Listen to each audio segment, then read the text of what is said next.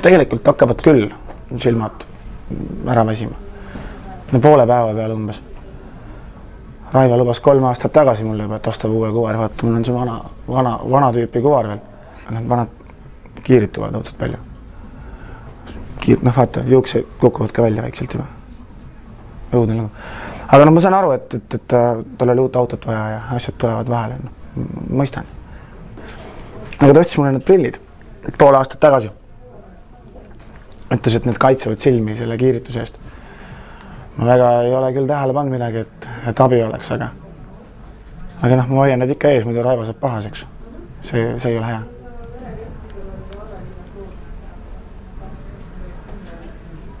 No tegelikult see ei ole mu unistuste töö. Tegelikult tahaks hoopis olla trükikojas, trükifailide ettevalmistajana.